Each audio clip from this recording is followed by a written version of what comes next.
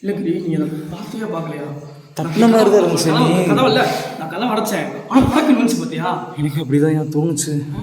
தோணுச்சு இல்லையா? அதான் நடந்துச்சு. உனக்கு சொல்லட்டா, எனக்கு அப்பாது இருந்து இந்த காலை யாரும் இழுக்கிற மாதிரியே இருக்கியா?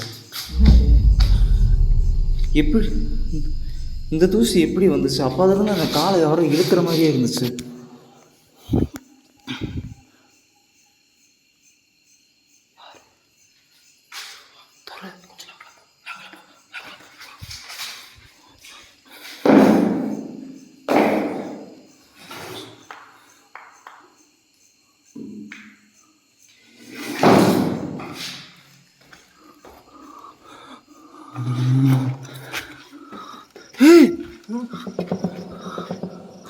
இல்லையா?